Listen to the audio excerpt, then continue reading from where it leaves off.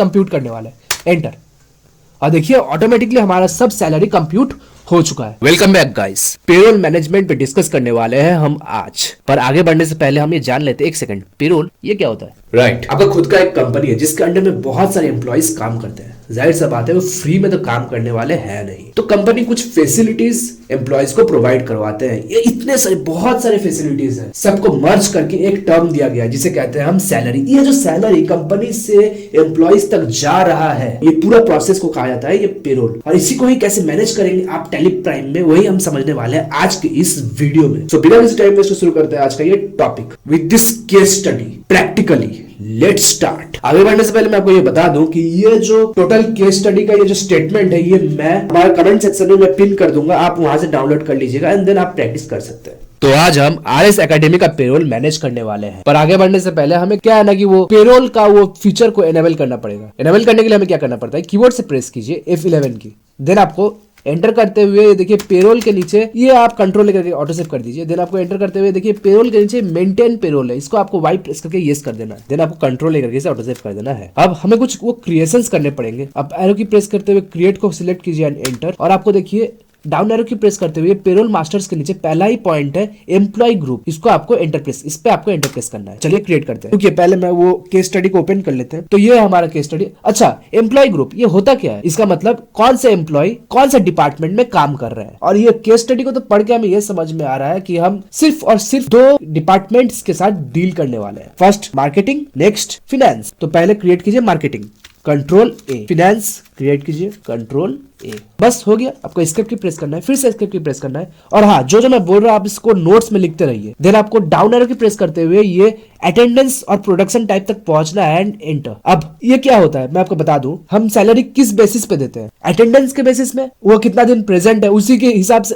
उसी के अगेंस्ट में हम सैलरी देते हैं, उसी के अगेंस्ट में हम सैलरी कैलकुलेट करते हैं कि वो इतना दिन प्रेजेंट है। तो फिर वो 30 दिन में से सोच लीजिए 5 दिन काम में नहीं आया तो 25 दिन का ही सैलरी देंगे ना, पूरा सैलरी नहीं देने वाले, राइट। तो यहाँ पर आपको सिंपली प्रेजेंट के नाम से एक अटेंडेंस टाइप क्रिएट कर लेना है। देन आपको एंटर करते हुए अटेंडेंस तक टाइप तक पहुंचना है और ये होगा आपका अटेंडेंस / लीव विथ पे। आपको सिंपली से इंटर प्रेस करना है और आपको एंटर करते हुए इसे एक्सेप्ट कर देना है। कंप्लीट हो गया। एस्केप की, फिर से एस्केप की प्रेस करना है। देन आपको डाउन एरो की प्रेस करते हुए ये पे हेड्स तक पहुंचना है एंड एंटर। पे हेड्स होते क्या है, कंपनी बहुत सारे फैसिलिटीज अपने एम्प्लॉयज को प्रोवाइड करते हैं। वो फैसिलिटीज को हम एक एक करके क्रिएट करेंगे। जैसे देखिए केस स्टडी में पहला है बेसिक सैलरी, तो हम बेसिक सैलरी से पहले स्टार्ट करते हैं। तो लिखिए बेसिक सैलरी, देन आपको एंटर करते हुए ये पे हेड टाइप तक पहुंचना है और ये होगा क्या, और ये होगा आपका पे हेड टाइप होगा।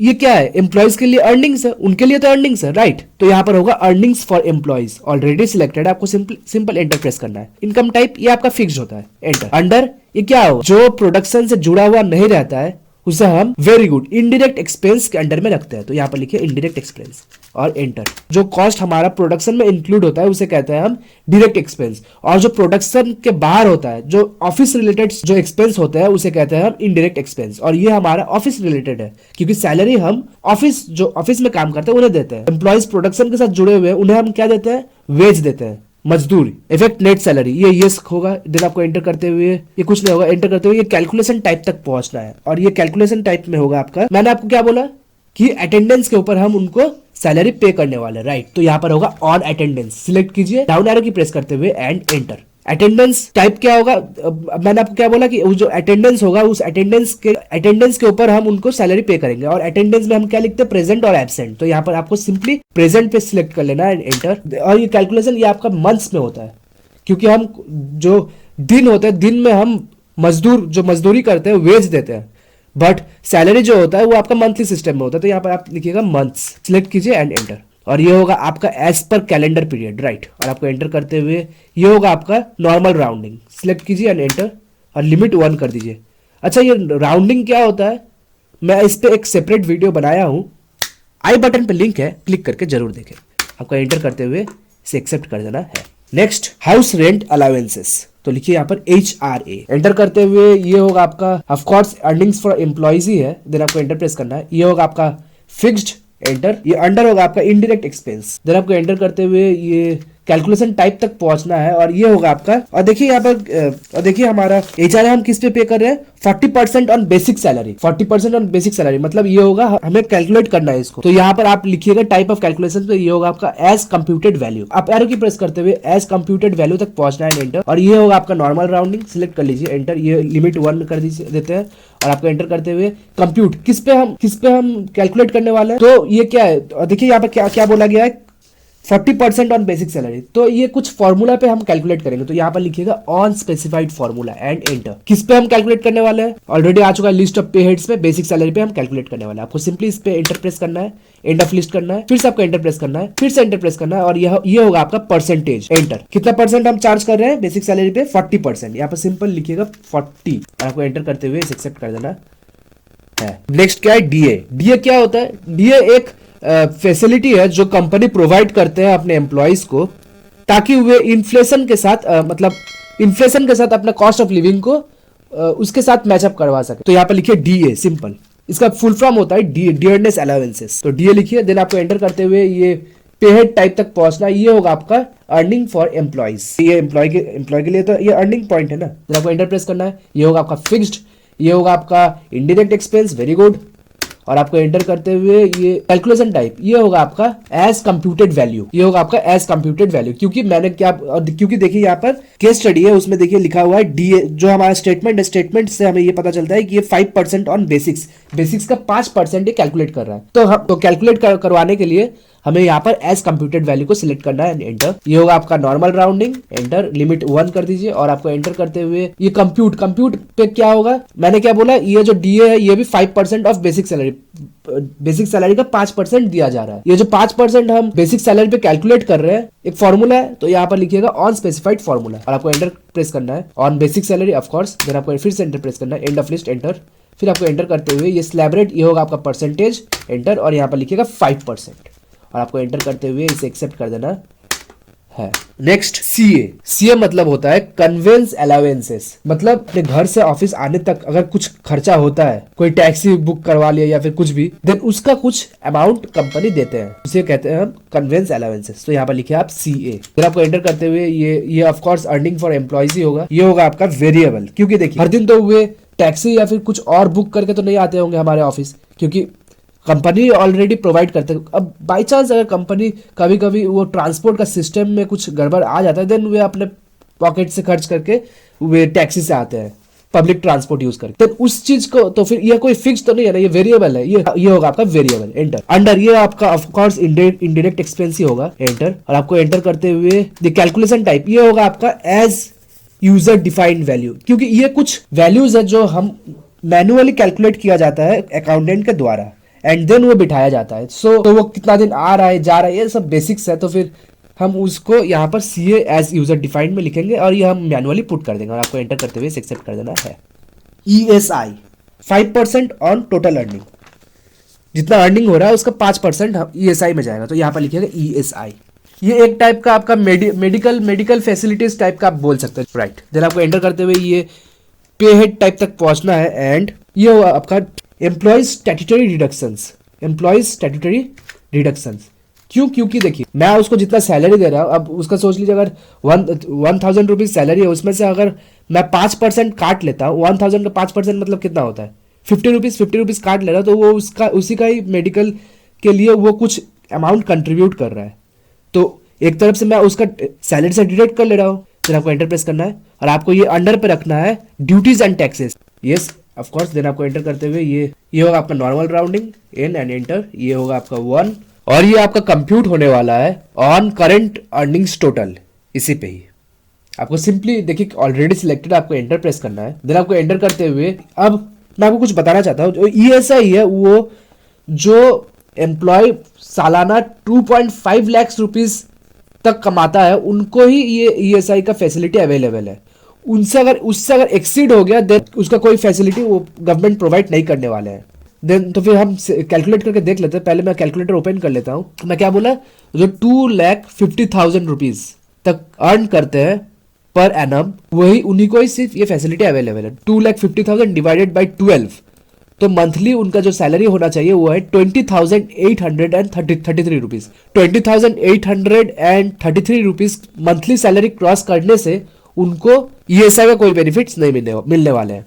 तो यहाँ पर कितना है 20,833 लिख दीजिए। यहाँ पर लिखिए अमाउंट अप टू 20,833 एंटर। अगर इतना तक कोई कमाता है, अगर इतना तक कोई अर्न करता है मंथली, देन उनको उनका परसेंटेज चार्ज होने वाला है 5%। देन आपको एंटर प्रेस करना है और अगर इससे एक्सिट कर जाए देन आपका जो परसेंटेज होने वाला है वो है 0।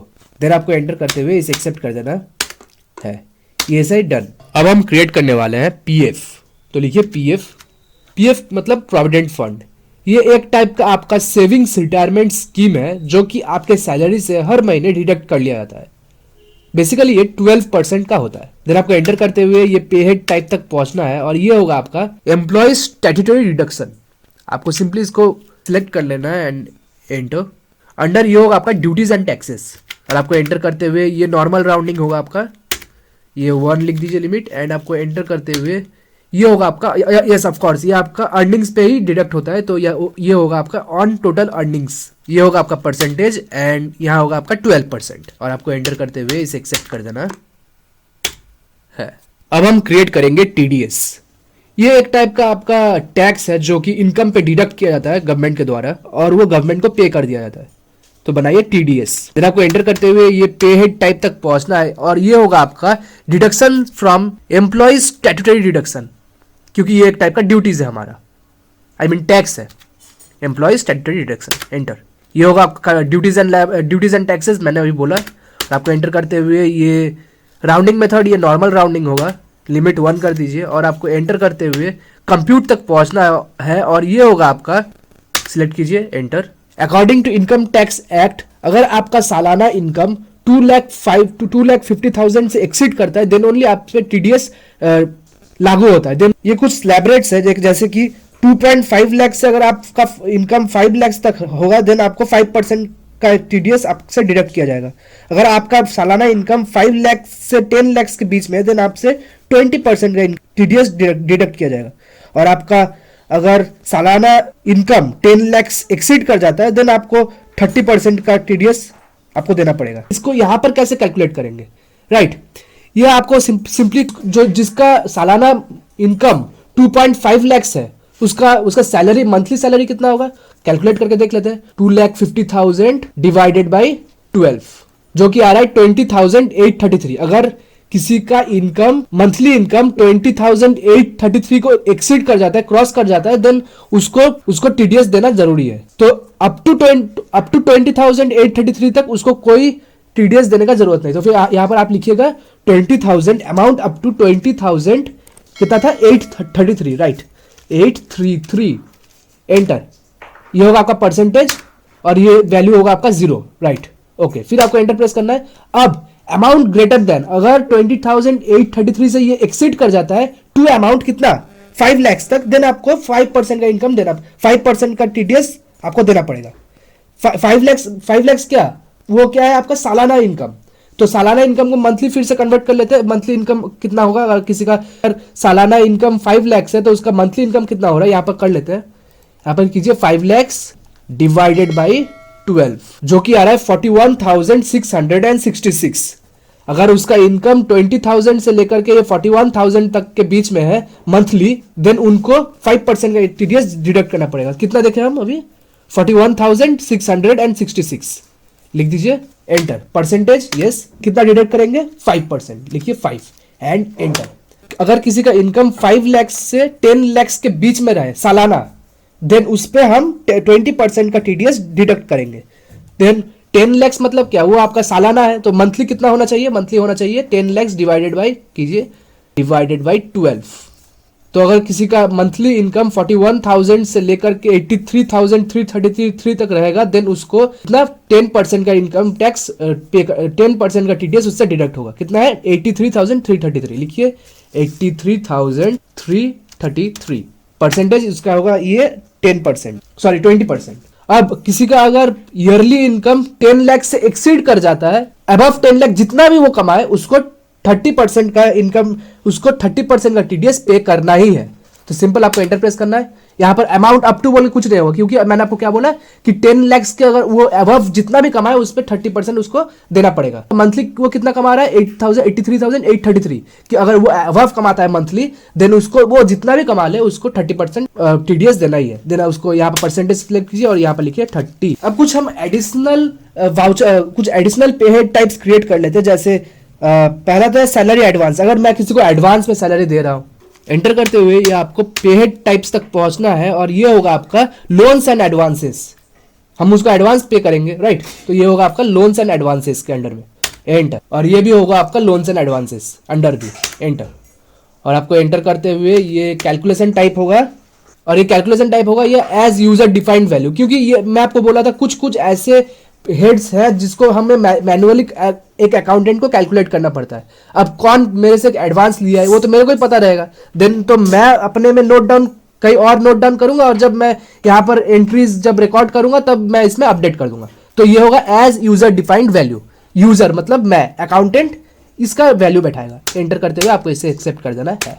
नेक्स्ट और क्या कर सकते हैं, सैलरी पेएबल, राइट। ये एक और बाकी है, क्योंकि मैं सैलरी पे कर रहा हूँ किसी को, तो ये मेरे लिए तो एक लायबिलिटी होगा ना, सैलरी पेएबल। देन आपको एंटर करते हुए ये पेहेड टाइप्स तक पहुंचना है, और ये होगा आपका पेहेड टाइप होगा नॉट एप्लीकेबल, क्योंकि ये हमारा लायबिलिटी है। और यहाँ पर लायबिलिटी जो लायबिलिटी को डिफाइन करता है वहां पर ऐसा कुछ यहाँ पर ऑप्शंस है नहीं, तो यहाँ पर आप लिखिएगा सिंपली नॉट एप्लीकेबल। देन आपको एंटर प्रेस करना है, और ये होगा अंडर आपका होगा, देखिए लिस्ट ऑफ ग्रुप्स में आ चुका है करंट लायबिलिटीज, ये हमारे लायबिलिटीज है। आपको एंटर करते हुए इसे एक्सेप्ट कर देना है। करंट लायबिलिटीज मतलब शॉर्ट टाइम लायबिलिटी। अब हमारा पेड टाइप सब क्रिएट हो चुका है। अब हम डायरेक्ट क्रिएट करेंगे एम्प्लॉइज। एस्केप की प्रेस करना है, फिर से एस्केप की प्रेस करना है, और आपको अप एरो की प्रेस करते हुए ये एम्प्लॉय तक पहुंचना है, enter.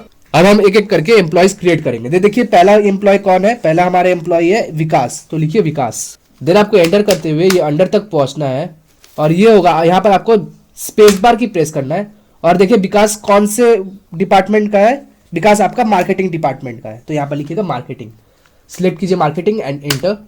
Date of joining yes 1 April ही होगा। देन आपको एंटर करते हुए डिफाइन सैलरी डिटेल्स, ये आपको वाई प्रेस करके इसे येस कर देना है।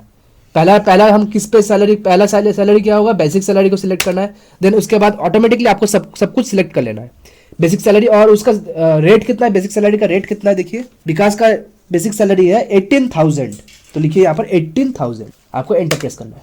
यस पर मंथ, देखिए पर मंथ आ चुका है, पर मंथ उसको 18 सैलरी हम 18,000 रुपीज पे करते हैं। देन बाकी आपको सब कुछ सिलेक्ट कर लेना है, कर लीजिए जितना सारा है। End of list, enter. फिर से आपको एंटर प्रेस करना है। अब एम्प्लॉय नंबर, देखिए उसका एम्प्लॉय नंबर कितना है 1234, लिख दीजिए 1234, एंटर। डेजिग्नेशन मार्केटिंग है, सोच लेते हैं वो मार्केटिंग हेड है। देन आपको एंटर करते हुए फंक्शन कुछ भी लिख देते हैं, मैं ऐसे फिलहाल ऐसे मैं एक्स करके इसको ये कर दे रहा हूँ, नेग्लेक्ट कर रहा हूँ। लोकेशन भी एक्स कर देता हूँ। जेंडर मेल है of course, enter. Date of birth, हाँ डेट ऑफ बर्थ देना आपको बहुत ज़्यादा इंपॉर्टेंट है जब आप पेरोल से डील करेंगे, क्योंकि डेट ऑफ बर्थ हमें ये बताता है कि वो नॉर्मल सिटीजन है या फिर सुपर सीनियर सिटीजन है या फिर सीनियर सिटीजन है। ओके, तो डेट ऑफ बर्थ कुछ भी हम दे देते हैं, जैसे फिलहाल इसको ये सब स्किप कर देना, मैं एक्स करके ये सब कुछ स्किप करता हूँ। बैंक प्रोवाइड बैंक डिटेल्स, आपको इसे वाई प्रेस करके येस कर देना है, और उसका अकाउंट नंबर आप यहाँ पर लिख दीजिए, कुछ भी लिख दीजिए, मैं जैसे लिख देता हूँ। देन आपको एंटर प्रेस करना है। IFS कोड कुछ भी लिख देते हैं जैसे। देन आपको एंटर प्रेस करना है। बैंक नेम, ये देखिए ऊपर न्यू बैंक नेम का ऑप्शन आ रहा है, आपको वहां पर सिलेक्ट करना है, एंटर। यहाँ पर लिख दीजिए सेंट्रल बैंक ऑफ इंडिया, और मैं शॉर्टकट में लिख देता हूँ CBI। ये आपको एंड ऑफ लिस्ट करके इसे एक्सेप्ट कर देना है। अब pan number, yes pan number बहुत ज़्यादा जरूरी है, तो फिर पैन नंबर आप लिख दीजिए कुछ भी, मैं जैसे लिख देता हूँ। आधार नंबर कुछ भी लिख देते हैं, जैसे कुछ भी बैठा दीजिए, और आप कुछ नहीं बात कीजिए, आप इसे एंटर करते हुए एक्सेप्ट कर दीजिए। नेक्स्ट हमारा एम्प्लॉय कौन है, देखिए सुमित। एंटर करते हुए अंडर तक पहुंचना है, और ये होगा आपको सिमिलर स्पेस बार की प्रेस करना है, और यहाँ पर आपको लिखना है फाइनेंस। सिलेक्ट कीजिए finance, yes of course. Define salary details, इसको वाई प्रेस करके यस कर दीजिए। पहला आप सिलेक्ट करेंगे बेसिक सैलरी, और बेसिक सैलरी उसका कितना है 30,000, वाह 30,000, और आपको एंटर प्रेस करना है। बाकी सबको आपको ऐसे करके सिलेक्ट कर लेना है। End of list, enter. Employee number क्या है 1235, एंटर। डेजिग्नेशन क्या है, फाइनेंस डिपार्टमेंट का है, तो लिख देते हैं financial manager, finance manager, enter. Designation कुछ भी लिख दीजिए। जेंडर ये ऑफ कोर्स मेल है, एंटर। और डेट ऑफ बर्थ मैंने आपको कुछ देर पहले बोला कि डेट ऑफ बर्थ देना बहुत ज़्यादा इंपॉर्टेंट है, तो लिख देते हैं। Provide bank details, yes of course, Y, enter. और यहाँ पर उसका अकाउंट नंबर कुछ लिख देते हैं, बैंक नेम सिलेक्ट कर लेते हैं, यहाँ पर लिख देते हैं यूबीआई, ब्रांच नहीं पता, देना आपको एंटर प्रेस करना और ये आपको फिलहाल एंड ऑफ लिस्ट करके ये कर देना है। पैन नंबर लिख दीजिए और आपको कुछ नहीं करना, आपको एंटर करते हुए एक्सेप्ट कर देना है। और थर्ड पार्टी क्रिएट कीजिए, कौन है, अभिनव, क्रिएट कीजिए अभिनव, एंटर करते हुए अंडर तक पहुंचना है। ये होगा आपका, आपको स्पेस बार की प्रेस करना है, मार्केटिंग डिपार्टमेंट का बंदा है, enter, define salary details, yes of course आपको इसे वाई प्रेस करके यस कर देना है और यहाँ पर आपको सिलेक्ट कर लेना है बेसिक सैलरी और देखिए उसका सैलरी कितना है 15,500, लिख दीजिए 15,500, एंटर, बाकी सब आपको सिलेक्ट कर लेना है। एंटर करते हुए इसे एक्सेप्ट। एम्प्लॉय नंबर क्या है 1236, डेजिग्नेशन मार्केटिंग एग्जीक्यूटिव है ये, एंटर, फंक्शन कुछ भी लिख देते हैं x करके आप इसे सिमिलर इसको ये कर दीजिए, स्किप कर दीजिए। ये होगा आपका मेल, कुछ भी दे देते हैं, डेट ऑफ बर्थ कुछ भी दे देते हैं, 2 मई 2, ये स्किप कर दीजिए, सब स्किप कर दीजिए। Provide bank details Y press करके यस कर देना है और अकाउंट नंबर लिख देते कुछ भी, बैंक नेम इसका भी SBI है, एंड ऑफ लिस्ट कर दीजिए। पैन नंबर लिख दीजिए, क्या है पैन नंबर, एंटर, आधार नंबर कुछ भी लिख दीजिए, आपको एंटर करते हुए एक्सेप्ट कर देना है।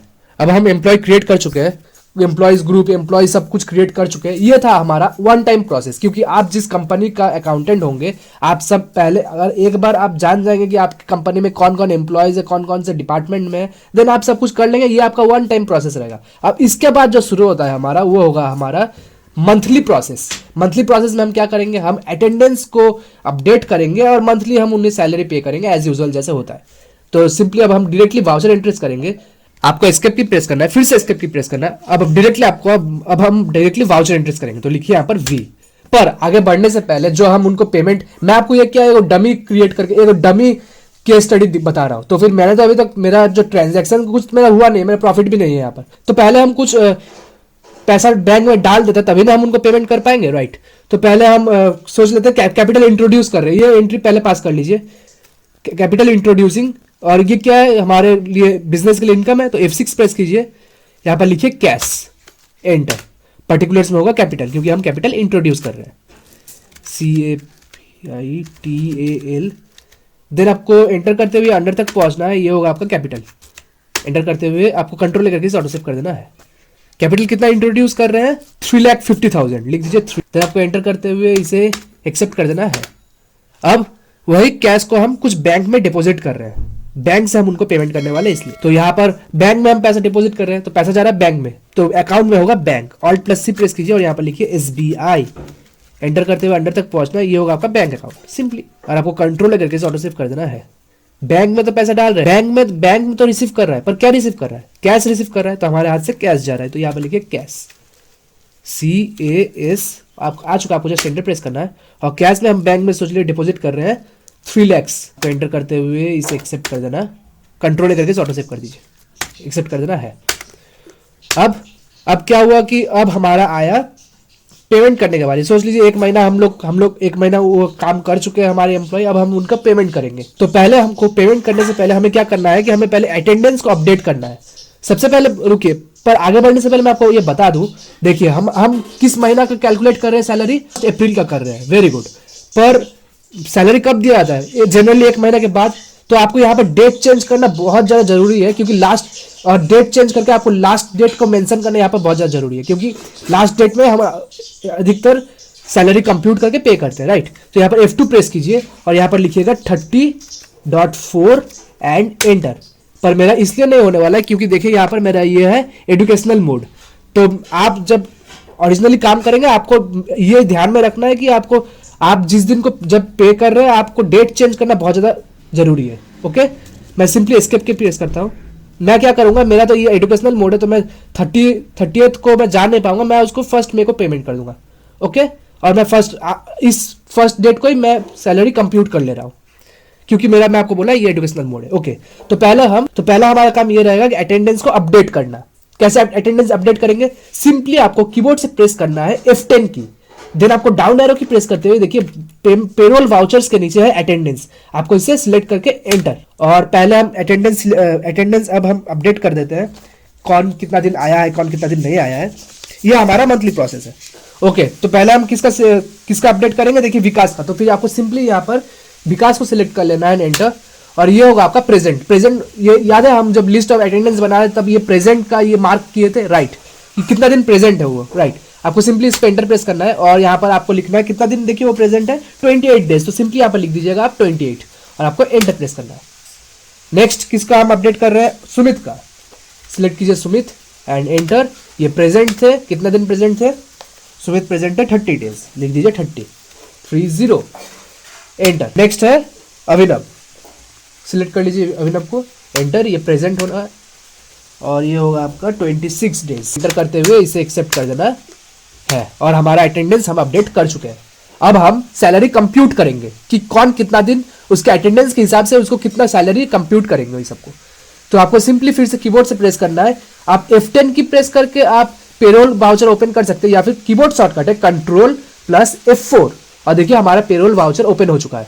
अब यहाँ पर अकाउंट में होगा आपका सैलरी पेएबल, क्योंकि हम अभी फिलहाल उसको पेमेंट नहीं करने वाले हैं, ना ही कैश होगा ना ही बैंक होगा। पेमेंट करने का तो 2 ही मोड है, या तो कैश से पे करेंगे या फिर बैंक से पे करेंगे। तो हम अभी फिलहाल पे नहीं करें, हम अभी क्या करें, कंप्यूट करेंगे कौन उसके वो जितना दिन प्रेजेंट है उसके हिसाब से उसका कितना सैलरी हो रहा है। तो यहाँ पर आपको सिंपली लेजर सिलेक्ट कर लेना है salary payable and enter.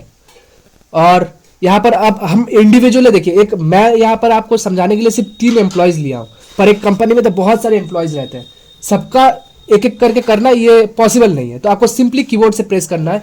Simply आपको देखिए यहाँ पर ऑटोफिल का ऑप्शन आपको इस पर सिलेक्ट कर लेना है और यहाँ पर लिखिएगा पेरोल ऑटोफिल, सिलेक्टेड, आपको एंटर प्रेस करना है और ये होगा। पहला आप क्रिएट कीजिए। अब देखिए यूजर डिफाइंड और सैलरी क्या होता है, देखिए जो चीज सैलरी जो चीज आपका टैली कंप्यूट करेगा वो आपका सैलरी का अंडर में आता है। यूजर डिफाइंड मतलब याद है हम जब क्रिएट किए थे वो CA, जब उसका जो ट्रैवलिंग एक्सपेंस का कितना खर्चा है मैं आपको बोला था वो मैनुअली हम क्रिएट करेंगे, या फिर उसको किसको मैं कितना एडवांस दिया वो मैं मैनुअली ऑलरेडी पहले से रिकॉर्ड करके रखा, तब वो यूजर डिफाइंड के सेक्शन में जाता है। और सैलरी आपको सिंपली पहले आपको सैलरी सिलेक्ट कर लेना है एंटर और यहाँ पर लिखिएगा फ्रॉम 1.4 to 30। देखिए यहाँ पर ऑलरेडी आ चुका है 30, क्योंकि एक महीना का हम जनरली कैलकुलेट करते हैं। पर मैं जब देखिए एंटर प्रेस करूंगा ये होने नहीं वाला, क्योंकि मेरा ये एजुकेशनल मोड है। तो मैं क्या करता हूँ कि 1 अप्रैल से लेकर 1 मई तक कर लेता हूँ 1.5 एंड एंटर। ओके, ये ऑल आइटम्स होगा, ये एम्प्लॉय नेम से हम सॉर्ट करेंगे एंटर। और यहाँ पर आप लिखिएगा सैलरी पेएबल, कैश या फिर बैंक कुछ नहीं होने वाला है, क्योंकि हम अभी सैलरी कंप्यूट करने वाला है एंटर। और देखिए ऑटोमेटिकली हमारा सब सैलरी कंप्यूट हो चुका है। देखिए टीडीएस इन लोग का किसी का भी नहीं काटा गया है, पर सुमित का क्या था, सुमित का 30,000 सैलरी था जो कि 20,833 से अबव था, राइट। और 41,666 से नीचे था, मतलब 5 लाख के रेंज के उसका सैलरी जो है वो 2 लाख से अबव होकर 5 लाख के रेंज में है, इसलिए उसका देखिए टीडीएस काटा गया। बाकी और किसी का भी टीडीएस नहीं काटा गया। और इसका एक और चीज है सुमित का देखिए यहाँ पर ईएसआई प्रोवाइडेड नहीं है, क्योंकि मैंने आपको क्या बोला था कि ईएसआई सिर्फ उन्हीं को ये अवेलेबल है जिनका सैलरी मंथली सैलरी 20,833 हो, या फिर जिसका सालाना का सैलरी होता है 2.5 लाख रुपीज। और बाकी देखिए विकास को सैलरी, विकास का कोई टीडीएस नहीं है, बट इसको ये ईएसआई का वो ऑप्शन बेनिफिट अवेल कर सकता है। और अभिनव भी सिमिलर केस है। Got it, okay. और आपको एंटर करते हुए इसे एक्सेप्ट कर देना है। तो उसको फिर से कर लेते हैं। आपको सिंपली फिर से आपको ऑटोफिल में प्रेस करना है और यहाँ पर autofill payroll autofill already selected enter. User defined होगा फ्रॉम 1.4 एंटर टू 31.5। यहाँ पर 30.4 होता, बट मैं आपको बोला ये एजुकेशनल मोड है। और आपको एंटर करते हुए इसे ये all items, employee name, salary payable, क्योंकि मैं उसको पेमेंट नहीं करने वाला, मैं जस्ट रिकॉर्ड कर रहा हूँ। और आपको एंटर करते हुए अब CA अभिनव को सोच लेते हैं कि मैंने उसका ट्रैवलिंग कॉस्ट उसका जितना हुआ था वो है, सोच लेते हैं 2,000, तो मैं उसको 2,000 रुपीज़ एक्स्ट्रा दे रहा हूँ एंटर। अभिनव हमसे कोई सैलरी एडवांस में नहीं लिया था, तो नहीं लिया था। विकास का सोच लेते हैं वो हमारे नज़दीक में रहता होगा, तो फिर उसको 1,000 का हम CA प्रोवाइड करते हैं। और सुमित का सोच लेते हैं कि सुमित का कोई CA हुए नहीं है, बट हाँ सुमित हम लोग से एडवांस लिया था। देखिए यहाँ पर नोट के सेक्शन में, और कितना हुआ हमसे एडवांस लिया था 1,000 रुपीज़ का, तो लिख देते हैं यहाँ पर एडवांस टेकन 2,000। और आपको एंटर करते हुए इसे एक्सेप्ट कर देना है। अब हम सैलरी का कंप्यूटेशन हो चुका है।